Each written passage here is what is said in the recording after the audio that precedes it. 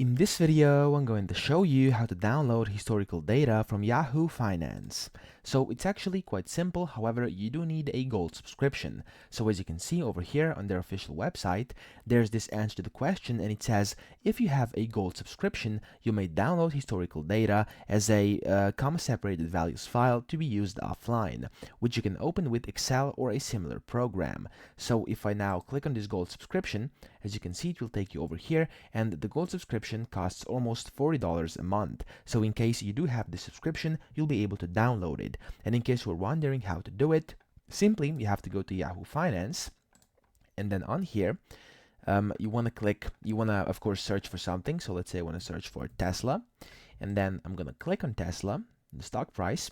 Over here on the left, you will see historical data. You want to click on it, and then over here, it will show you all the historical data, and then of course you have to sign into your account, and if you have the gold subscription, you'll be able to see a download button somewhere over here. As you can see on the screenshot there, it says download data. It's a blue button with the download symbol to the left of it, and then you simply want to click on that button and it will download a CSV file, and you'll be able to essentially view that inside an Excel or a different program. So that's unfortunately the only way. You will have to pay for a subscription if you want to be able to see the historical data and download it to your computer. So that's pretty much it. I hope this video helped you out, and if it did, please subscribe to the channel and help me out as well.